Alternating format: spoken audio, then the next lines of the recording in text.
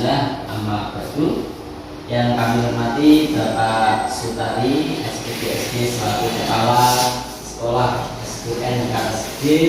Yang kami hormati Bapak Ibu Guru serta staf Tata Usaha SDN KSD dan pada komite yang saya hormati. Langsung saja Bapak Ibu, di sini agenda kita, kebetulan di sini kami dari calon guru penggerak angkatan 8. Kami mendapatkan tugas aksi nyata modul 3.2, yaitu kita bersama-sama, saya sebagai pembawa acara atau yang memandu acara, dan Pak Sutari nanti yang memimpin jalannya kegiatan. Kita bersama-sama membahas terkait identifikasi aset atau modal SDN KSD. Seperti itu Bapak Ibu ya. Langsung saja untuk memulai kegiatan pada pagi hari ini, kita awali dengan bacaan basmalah. Bismillahirrahmanirrahim. Selanjutnya sebelum saya menyampaikan diskusi, di sini untuk aset sekolah kita akan mengidentifikasi 7. Jadi selama ini mungkin kita mempunyai pemahaman kalau aset itu hanya berupa fisik barang, mungkin Bapak Ibu ya, hanya berupa barang itu yang dinamakan aset. Ternyata tidak. Aset itu sebenarnya ada CIV di SDN KSD. Dan yang kami hormati Bapak Ibu sekalian, setelah kita diskusikan bersama terkait dengan apa saja aset yang dimiliki oleh SD kita, SDN KSD, maka ini ada beberapa yang bisa dikategorikan aset sekolah. Tadi kita membahas bahwa yang namanya aset itu tidak hanya berupa materi atau barang, tetapi ada hal-hal yang lain yang dimana aset itu nanti akan menjadi penunjang terlaksananya pendidikan di SDN KSD. Oleh karena itu Bapak Ibu sekalian, dari hasil diskusi maka ini akan saya sampaikan beberapa aset yang dimiliki oleh SDN KSD. Dari aset inilah kekayaan kita, yang di situ dari aset itu kita nanti akan meningkatkan, akan menggali potensi untuk kemajuan pendidikan di SDN KSD. Bapak Ibu sekalian, baiklah, setelah kita diskusikan maka kami akan bisa menyimpulkan ada beberapa aset, yang ini perlu saya sampaikan. Yang pertama adalah aset manusia atau bisa dikatakan sumber daya manusia SDN-nya di SDN KSD. Yang kategori atau yang termasuk aset sumber daya manusia bahwa SDN KSD ini memiliki personal yang memadai, di antaranya 1 kepala sekolah. Dalam hal ini saya, kalau dilihat dari masa kerja kurang lebih sudah 5 tahun menjadi kepala sekolah. Kemudian memiliki guru kelas dan guru bidang studi. Guru kelas mencukupi, bahkan lebih mencukupi, dan ini secara kualifikasi ini premier sesuai dengan bidang yang kami tugas masing-masing. Kemudian untuk guru-guru bidang studi ini juga memadai SD kita. Yang ketiga memiliki guru yang ahli di bidang seni dan budaya. Ini ada beberapa Bapak Ibu guru yang memang mempunyai keahlian di bidang seni. Kebetulan di sini ada yang ahli di bidang pegalangan. Ada ahli di bidang karawitan. Ini aset kita sekolah kita. Dan ini nanti kalau kita kembangkan, insya Allah menjadi hal yang bermanfaat untuk kita. Yang keempat, memiliki guru yang kompeten di bidang pramuka. Ini kita punya guru yang memang berkecimpung di kepramukaan, sering tampil, sering mengikuti kegiatan-kegiatan atau event-event kepramukaan. Dan nanti tentu akan menunjang sekali untuk kegiatan ekstra kurikuler pramukaan di SD kita.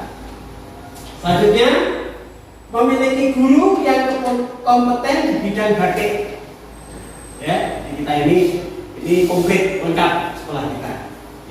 Dan karena kita punya guru yang membidangi ini batik misalnya, maka kita mencanangkan batik itu kegiatan ekstra kurikuler ya di sekolah kita. Yang keenam, memiliki guru yang kompeten di bidang TIK. Nah, sekarang ini TIK sangat dituntut. Kalau kita sudah punya guru yang membidangi ini, alhamdulillah. Sehingga apa? Kegiatan-kegiatan yang sifatnya nanti menggunakan komputer, ya, media-media yang berhubungan dengan ini, insya Allah akan berjalan dengan baik.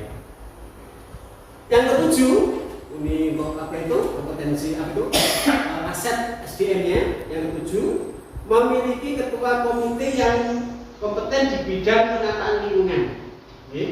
Kita punya ketua komite, ya, yang memang ada kepedulian dan memang potensi, ya, di bidang penataan lingkungan.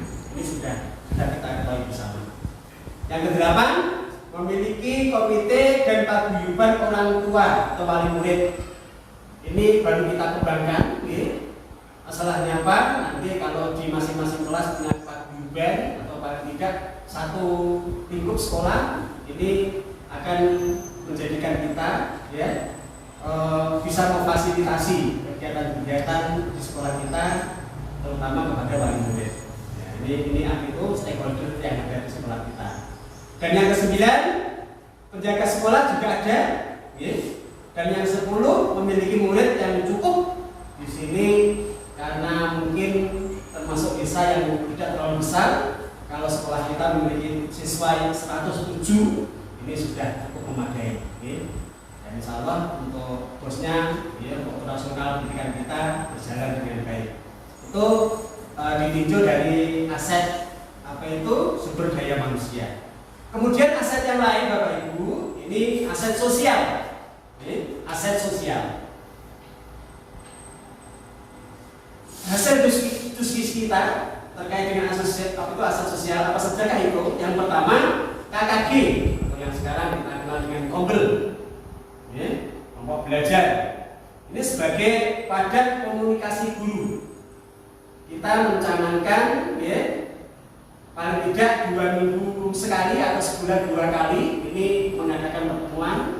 Kita sudah sepakati setiap hari Sabtu 2 minggu sekali kita mengadakan KKG, ya. Nah, ini kemudian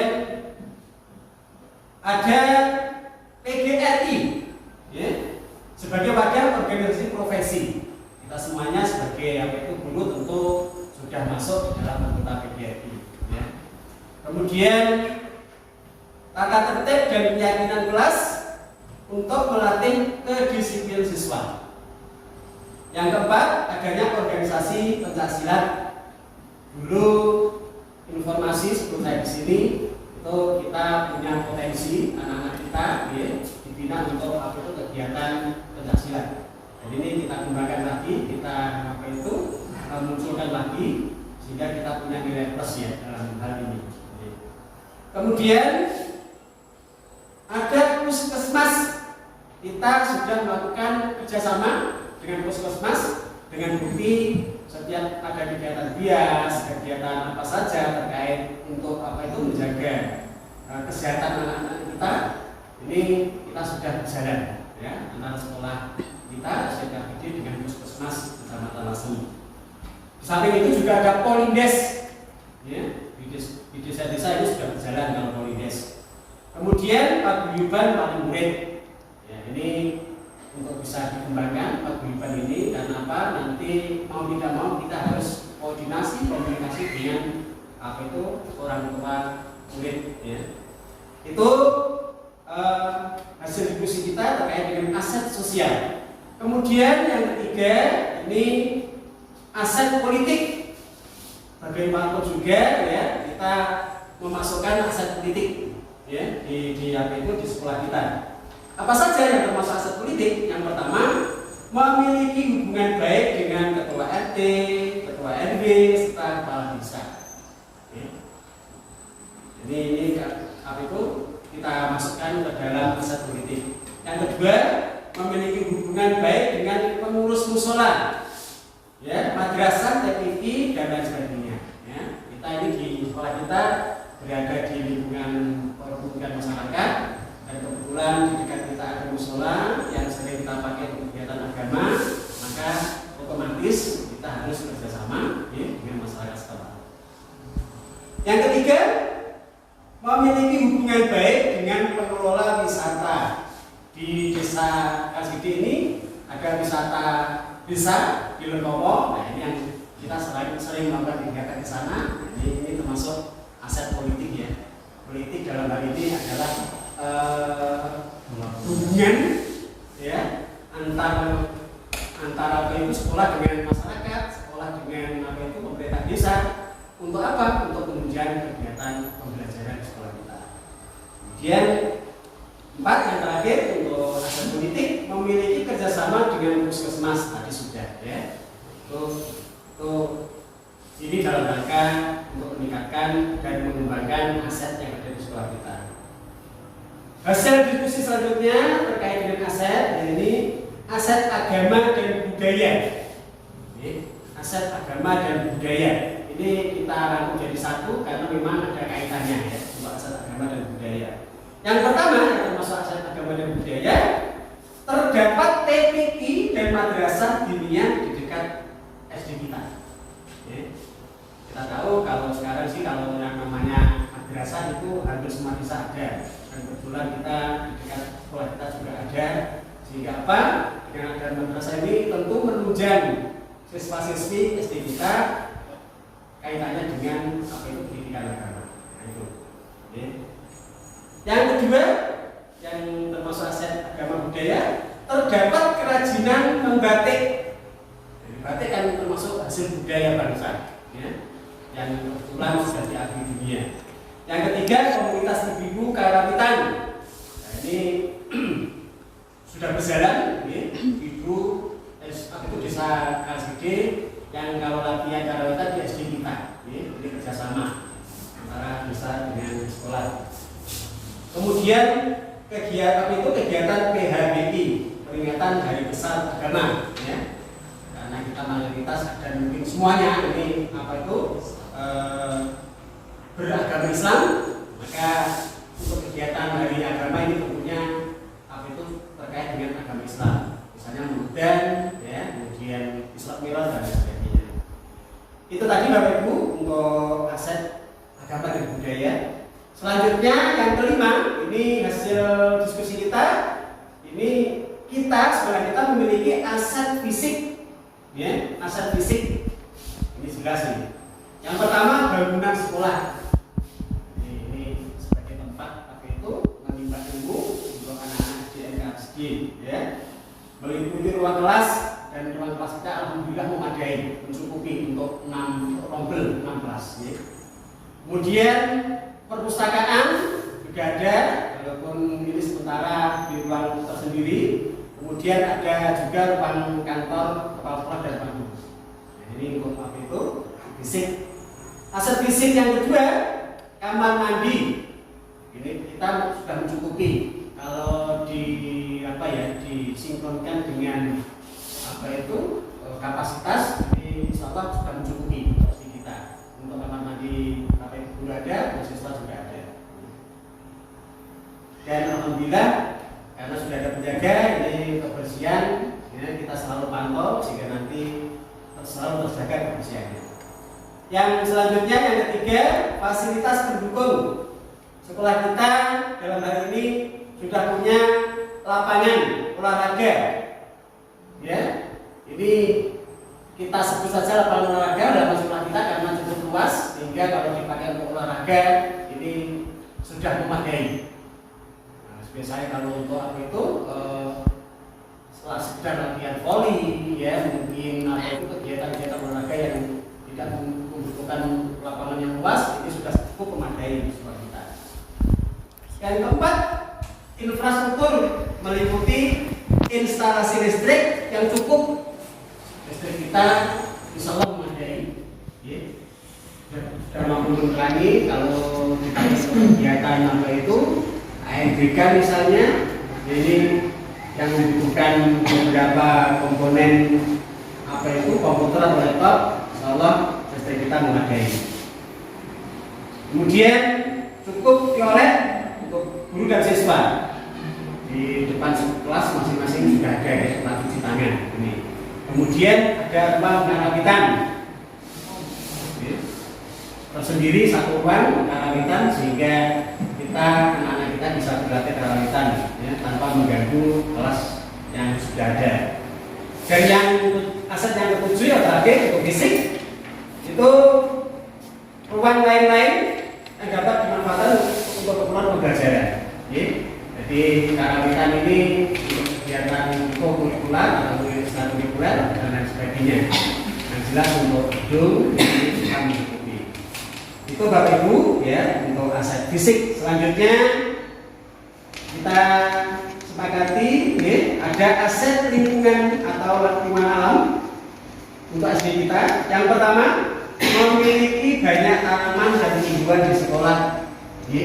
Kita cukup rindang, ya, halaman cukup luas dengan cukup tanaman, ya, sehingga udara ini sirkulasi udara sangat baik, ya, dan bisa menghasilkan. Oleh karena itu ini kita syukuri bersama, ya, bahwa kita ini sudah qualified untuk kesejukan pendidikan. Kemudian dekat dengan wisata desa dalam diri Lengkowo ini untuk lingkungan. Kemudian yang ketiga dekat dengan lapangan dan kantor desa. Jadi misalnya kalau kita dulu ada materi pelajaran yang mungkin terkait dengan pemerintah desa, mungkin anak-anak bisa diajak berkunjung ke balai desa. Itu menyenangkan. Jadi nanti pemerintah desa itu komponennya apa saja belajar di luar kelas ya, tidak jauh-jauh karena dekat dengan kita. Dan yang keempat dekat dengan musola yang di depan tadi sudah, kegiatan agama sudah ada musola yang dekat dengan sekolah kita, samping sekolah kita. Itu tadi Bapak Ibu sekalian untuk aset lingkungan. Kemudian yang terakhir Bapak Ibu yang mungkin kita sepakati dalam diskusi itu adalah aset finansial. Aset finansial. Apa saja itu Bapak Ibu? Yang pertama yang terkait dengan finansial jelas ini BOS, bantuan operasional sekolah. Ini sudah berjalan dan nama itu kita pakai untuk kegiatan operasional sekolah. Itu BOS. Kemudian ada infak setiap hari Jumat. Ini pun kita masuk ke dalam kurikulum bahwa SDN Garas Gede ini merencanakan infak setiap hari Jumat. Apa gunanya? Untuk kegiatan-kegiatan yang terkait dengan siswa. Misalnya ada siswa yang sakit, ada siswa yang hitam. Ini kita bisa membantu dengan infak tersebut. Ya. Kemudian finansial lain asetnya adalah hasil kebun kita. Ya, kita memiliki mangga, beberapa pohon mangga yang ini tiap tahunnya tentu menghasilkan. Ini termasuk aset kita ya. Masuk aset finansial. Dan yang terakhir adalah koperasi sekolah. Ya, walaupun koperasi kita tidak besar, namun kita punya koperasi sekolah, punya kantin, ya, dan ini juga bisa memberikan income ya untuk sekolah kita. Nah, itulah beberapa kesimpulan-kesimpulan ya terkait dengan aset sekolah SDN Garas Gede. Itu Bapak Ibu sekalian ya yang bisa kita identifikasi terkait aset yang ada di sekolah kita. Mudah-mudahan dari aset yang ada itu nanti bisa menunjang berjalannya kegiatan pembelajaran, berjalannya operasional di sekolah kita, sehingga itu semuanya akan berjalan dengan baik. Nah, demikian yang bisa saya sampaikan dan terima kasih Bapak Ibu sekalian atas diskusi yang telah mencetuskan, mencanangkan, menghasilkan beberapa aset di sekolah kita. Terima kasih. Assalamualaikum warahmatullahi wabarakatuh. Waalaikumsalam warahmatullahi wabarakatuh. Terima kasih Pak Sutari. Untuk selanjutnya apa yang telah disampaikan Pak Sutari tadi dari ketujuh aset itu, semoga strategi-strategi yang telah disampaikan oleh Pak Sutari bisa kita laksanakan dengan semaksimal mungkin sehingga sehingga kita bisa memaksimalkan 7 aset yang kita punya, yaitu di SPTV Karasgede. Amin Allahumma amin. Cukup itu dari kami, semoga bermanfaat. Assalamualaikum.